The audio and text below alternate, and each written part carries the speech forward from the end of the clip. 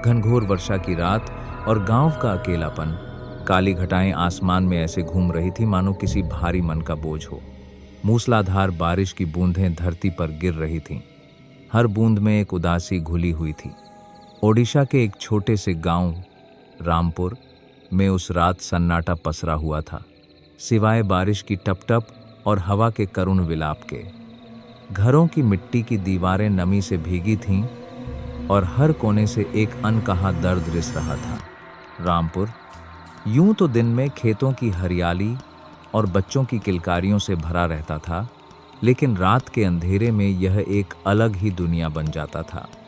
और ऐसी भयावह बारिश वाली रात में तो यहाँ की हवा में भी एक अनजाना डर समा जाता था। बूढ़े लोग अक्सर ऐसी रातों में घर की दहलीज न लांघने की सलाह देते थे।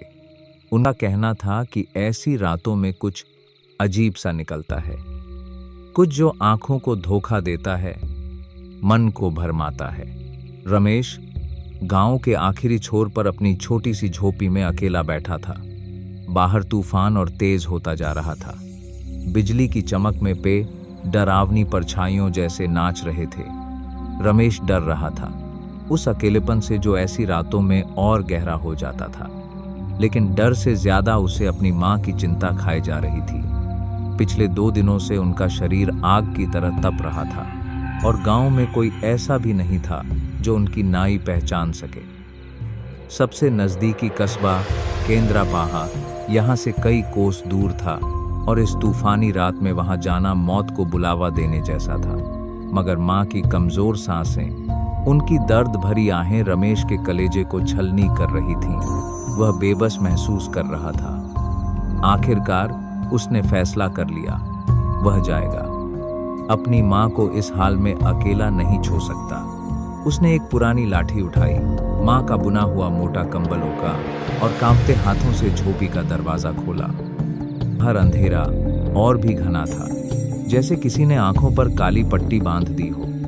बारिश की तेज धार उसके चेहरे पर ऐसे लग रही थी जैसे कोई अनगिनत सुइयां चुभो रहा हो। जमीन कीच से लथपथ थी और हर कदम पर फिसलने का डर था।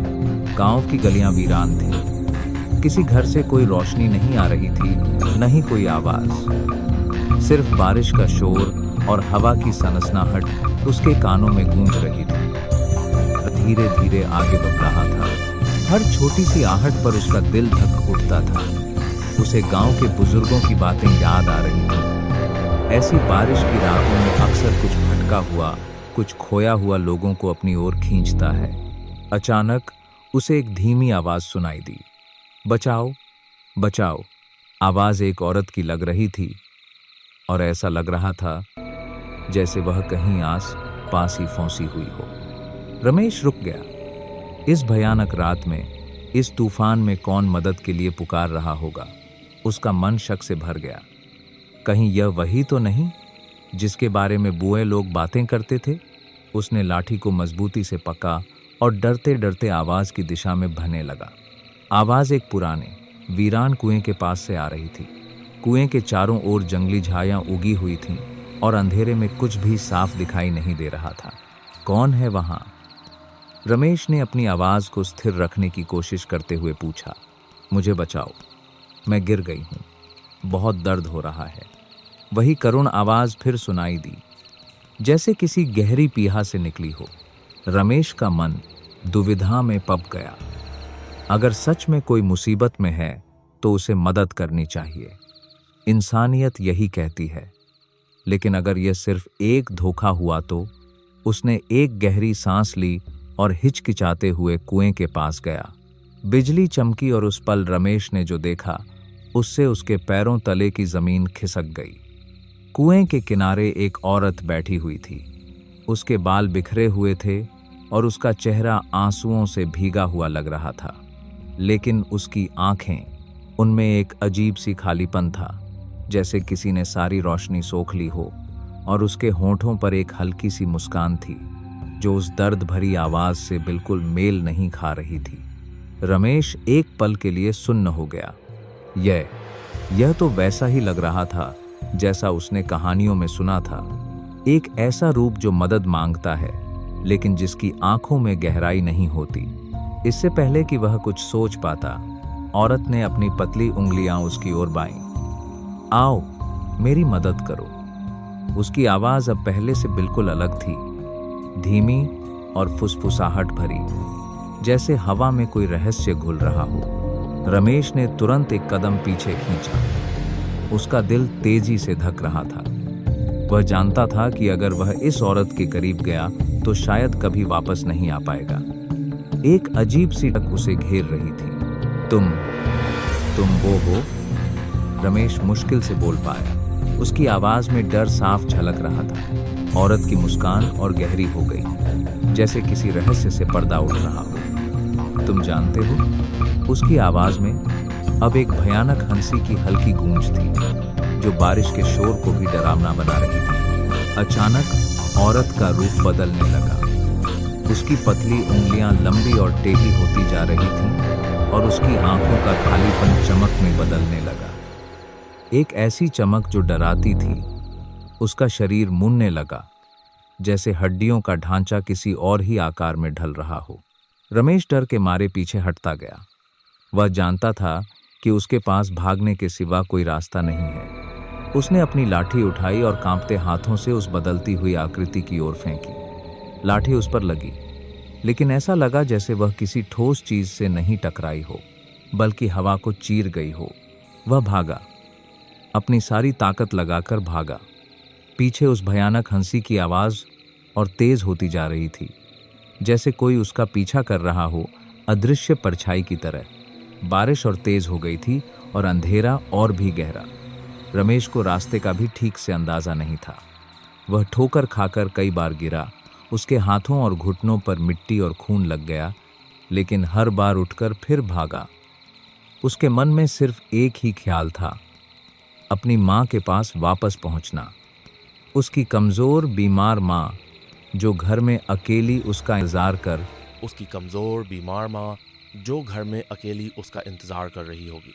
भागते भागते वह गांव के पुराने मंदिर के पास पहुंच गया। मंदिर की जर्जर दीवारों से टकराकर बारिश की बूंदें एक अजीब सी लय बना रही थीं। रमेश हाँफ रहा था, उसका शरीर दर्द से टूट रहा था। उसने मंदिर के चबूतरे पर बैठकर थोड़ी देर सांस लेने का फैसला किया। तभी उसे मंदिर के अंदर से एक धीमी आवाज सुनाई दी, मंत्रों की आवाज। पंडित जी, गांव के बूढ़े और ज्ञानी व्यक्ति हमेशा ऐसी तूफानी रातों में मंदिर में ही रहते थे और भगवान शिव की आराधना करते थे। उनकी आस्था ही शायद इस गांव को ऐसी रातों में बचाए रखती थी। रमेश हिम्मत करके मंदिर के अंदर गया। धुएं और मिट्टी के दियों की हल्की रोशनी में पंडित जी अपनी आंखें बंद किए किसी गहरी प्रार्थना में लीन थे। उनके चेहरे पर एक शांति थी जो बाहर के तूफान से बिल्कुल अलग थी। पंडित जी, रमेश हाँफते हुए बोला, मैंने कुछ देखा कुएं के पास। पंडित जी ने धीरे से अपनी आंखें खोलीं और रमेश के डरे हुए मिट्टी से इसने चेहरे को देखा। उन्होंने शांति से कहा, शांत हो जाओ बेटा, क्या हुआ? रमेश ने पंडित जी को कुएं के पास जो कुछ भी हुआ वो सब बता दिया। उसकी आवाज डर और थकान से कांप रही थी। पंडित जी ने ध्यान से उसकी बात सुनी और फिर एक गहरी सांस ली, जैसे किसी पुराने रहस्य को जानते हो। हाँ रमेश, ऐसी रातों में कुछ भटका हुआ, कुछ बेचैन भटकता है। यह कमजोर दिलों को डराता है, उन्हें उनकी राह से भटकाने की कोशिश करता है, लेकिन डरने की कोई बात नहीं। भगवान शिव की छाया हम पर है। पंडित जी ने अपनी झोली से एक छोटी सी ताबीज निकाली जो किसी पुराने धागे में बंधी थी और रमेश को दी। इसे पहनो, ये तुम्हें बुरी नजरों से बचाएगा। और याद रखना बेटा, डर ही उस अंधेरी शक्ति की सबसे बड़ी ताकत है। हिम्मत रखो। रमेश ने कांपते हाथों से ताबीज पहन ली। उसे पंडित जी की बातों से थोड़ी हिम्मत मिली, जैसे अंधेरे में एक छोटी सी रोशनी मिल गई हो। बारिश अब भी जारी थी, लेकिन अब रमेश के मन में पहले जैसा गहरा डर नहीं था। पंडित जी की शांत आवाज और उनकी आस्था ने उसके भीतर एक उम्मीद जगा दी थी। पंडित जी ने उसे कुछ सरल मंत्र बताए और कहा कि जब भी उसे डर लगे तो वह इन मंत्रों का जाप करे। ये शब्द उसे उस अंधेरी रात में एक सहारे की तरह लगे। रमेश ने पंडित जी का आशीर्वाद लिया और फिर अपनी बीमार माँ के पास वापस जाने के लिए निकल पड़ा।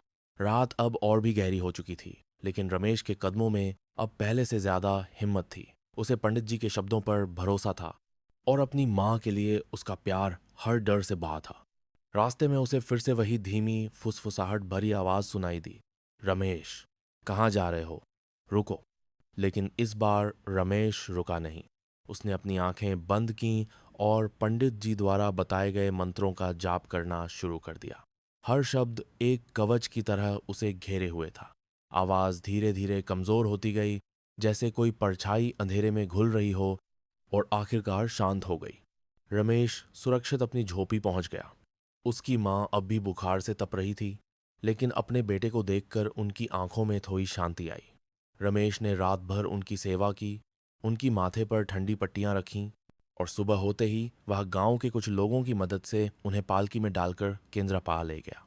उस भयानक रात की याद रमेश के दिल में हमेशा बनी रही। उसने जान लिया था कि गांव के बुजुर्गों की कहानियां सिर्फ कहानियां नहीं थीं, और उस अंधेरी तूफानी रात में उसने कुछ ऐसा महसूस किया था जो इस दुनिया का नहीं था। लेकिन उसने यह भी सीखा कि अकेलेपन और डर का सामना इंसान अपनी हिम्मत और अपनों के प्यार से कर सकता है। रामपुर के लोग आज भी उस रात की कहानी सुनाते हैं, उस रात की जब रमेश अपनी माँ के लिए उस अंधेरे से लबला गया था, और उस रात ने उसे हमेशा के लिए बदल दिया था। और हर बारिश की रात में वे अपने बच्चों को याद दिलाते हैं कि सबसे बड़ा अकेलेपन का होता है और सबसे बड़ी ताकत अपनों का साथ।